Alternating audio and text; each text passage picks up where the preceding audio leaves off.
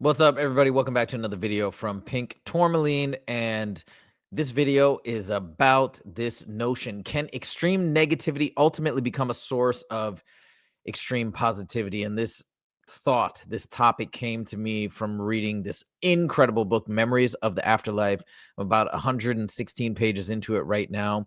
And this is not written, but it is edited by Michael Newton, who is, I guess, the founder of the Newton Institute. And these are all case studies gathered by, I believe, therapists under his tutelage at the Newton Institute. They're also doing these life regression hypnosis therapy sessions and uncovering all sorts of interesting facts and ideas about what life is like outside of this planet in the ethereal plane and whatnot. So we're going to focus on a particular excerpt that I read earlier today that really blew me away. And like I said before, if you guys are new to the channel, what this channel is about is going to be a wholehearted, open and exploration of NDEs, even religions to some extent, but not to a large extent, accounts from mediums, and folks like that who are having some sort of connection to the ethereal plane, and trying to approach this from a logical standpoint and really get our head around why we're here, what our purpose is on this planet, and how to live the best life possible to achieve whatever goals we have set out prior to coming here. So this really blew me away, this account that I read earlier today, because it's somewhat contradicted in a way. In a way it didn't, but it's somewhat contradicted in a way, the way that I think about positivity and negativity, and also things that I had read in Michael Newton's other book, The Journey of Souls, where it's essentially the evolution of the soul, your energy, or life force, whatever you want to call it. At least in that book, seemed to me to be a gradual progression, hopefully with potential setbacks and whatnot, but hopefully a gradual progression towards being kinder, being more compassionate, being more empathetic, and being more connected. And that was essentially the way you want to go, and you want to get away from negativity, hate, a lot of the negative emotions that we see on this planet all the time. But this was a really interesting account because it flew in the face of that idea a bit. And I wanted to share this excerpt. I want to talk about it. And in some ways, it kind of makes sense as well. But I just wanted to share this little excerpt. Now, before we get into this clip, these little excerpts here, this little quote from this one story, let me give you a little bit of background. So this is a regression of a gentleman named Mark. And in his current life, as he was going through the therapy, he noted that he was plagued his entire life with low energy, lower than the average person. Like he could hold a job down, he could get by, but he always felt like he couldn't do as much as other people, and not as much as he wanted to do in this life. And through these past life regressions, they realized that this was intentional. This was by design, because in previous lives, I think one in particular, he had been a Viking and had basically been a terror to all sorts of people. He did what he wanted to do. I think it talked about killing people, doing other terrible things, and him really relishing that and enjoying that. And so then we begin a discussion of, or he begins a discussion, a regression of this idea that they didn't actually, his aggression, his negativity, it wasn't actually something that they wanted to destroy or retool, but instead they wanted to almost harness it, but recalibrate it so that this intensity, the intensity on the negative side could be harnessed and transitioned over to the positive side, and that it could actually be a great force of good. And I found that very interesting. I found it.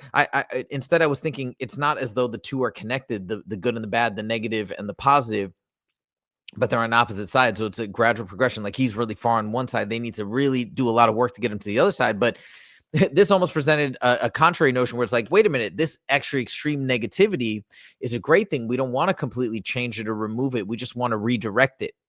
At least that's how I'm understanding it. So anyways, let me share this clip, and then we're going to talk about it a little bit more at the end of the video. So he's talking about being a Viking and doing all these terrible things. Says it just feels so free and so powerful. And I love it so much. I don't want to give it up, but I have to give it up because otherwise I'll remain in isolation for forever. So I think in this section, if I remember correctly, after he passes on, they put him in isolation, something for like the equivalent of what he says is of 30 years, something like that, maybe as atonement for all the negative things that he did, something like that, a temporary place of isolation, maybe for contemplation.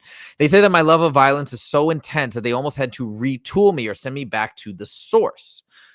Excuse me. But after much discussion, they decided to see it through. Maybe I'm like one of the worst cases that have ever come back this way. And then the therapist says, well, what made them decide to hang in there with you? So I don't know what this means to go back to the source. And maybe he doesn't fully know what it means or know how to explain what it means. But maybe you go back to the source, you get completely retooled, reformulated. I don't really know what that means, but interpret it as you see fit. He says, well, I'm told, so what made them kind of stick with you and not send you back to the source? Well, I'm told that my love of violence has in a way created something good in me also. It's a unique experience that can be turned in a different direction. It gives me an extraordinary power and strength that can be used for good eventually, but it has to be honed and sent in a different direction.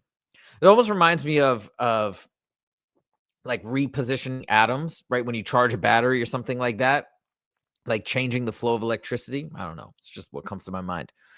But they don't want to destroy it. They don't want to waste it. It's very, very valuable to the collective. And it is with great joy that I understand this, that there is nothing wrong with me, that I'm just utterly unique. I have a need for intense experience, and that my ability to be violent can also be an intense experience to love. It's very interesting. I can love intensely also. That this is what my main lesson is. This is why they didn't want to reprogram me, because I have something unique to offer, because I went so deeply into violence that I actually turned that into love. I loved violence. I loved it so much that it became love. And so it's like I'm kind of a unique subject because of my ability to turn violence into love. I have a unique understanding of violence for that reason, and that gives me something valuable to use later on. Okay, then that's where it says in that footnote that his time spent in isolation felt like the passing of 30 years. Okay, but again, in the ethereal plane, time doesn't really exist, but that's just some comparative way of trying to explain it. All right, so there are 2 points that I wanted to make about this entire story. All right, let's see. Which one should I talk about first? Okay, for the first one that comes to mind, this is just kind of a funny pop culture reference, but maybe not even that funny. Maybe there's something deeper to this movie. I actually have thought that in the past. But obviously, it reminds me of Star Wars, and it reminds me of the Force, and it reminds me of the Jedi and the Sith. And it's almost like two sides of the same coin. They're both harnessing and using the same energy force that runs throughout everything.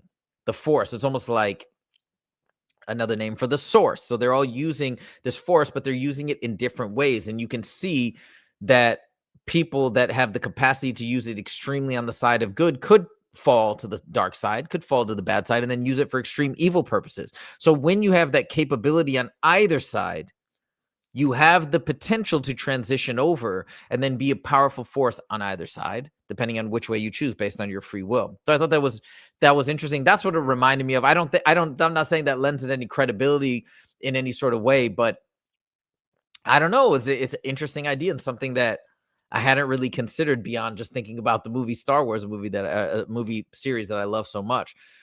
But that was kind of fascinating. The second thought that I had was, and I made a video about this, sort of tangentially about this previous as well, is this when we see people doing things wrong, right? Not following the rules, doing bad things, hurting other people. Like, I know I often get really judgmental of that stuff. I'm a rule follower. I don't like to hurt people. I think actually most of us on some deep level, right? Except for maybe a small handful, we don't want to see anybody get hurt. We don't want to see people in pain. We feel it to some extent, varying degrees of empathy, but we feel that. So I think we all have a major distaste for negative words, negative actions, etc. But I think one of the things that I said in that other video is, well, hey, look, we've all theoretically, if you're buying into what we're reading in Journey of Souls and now this book, that we have multiple experiences on this planet, maybe elsewhere, that there may have been times in our past, like we might be living a very virtuous, great life right now, but maybe there have been past lifetimes where we haven't lived the best life and we haven't been so kind to other people. So we want to refrain from being overly judgmental of people maybe at this current time, in this timeline, in this life, on this planet right now, that are doing bad things or things that we find to be reprehensible, because maybe later on they're going to learn from this and have a much better life, a much more positive and fruitful life.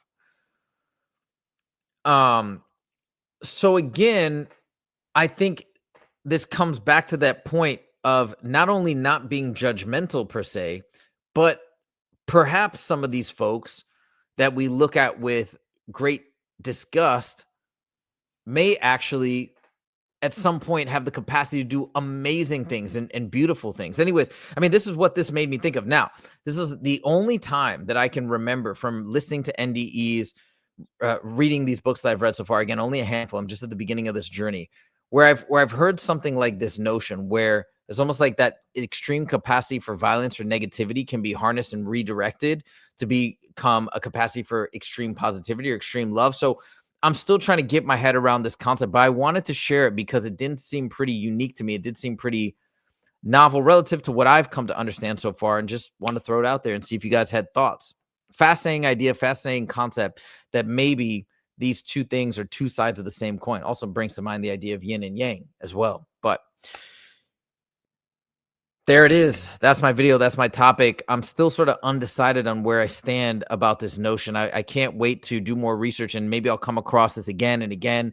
And that's part of the journey of this channel, is as I read and learn more and discover more and make more videos, hopefully we'll start to really understand and pinpoint the truth of what's really going on as we see the overlaps in different accounts, numerous accounts, different books, etc., and start to really get a better handle on all the stuff that's happening out there. So there you go. Hope you guys enjoyed this video. If you did, please click that like button. If you want to see more from Pink Tourmaline, make sure to click subscribe. Thank you guys so much for joining. We'll see you in the next video. Take it easy.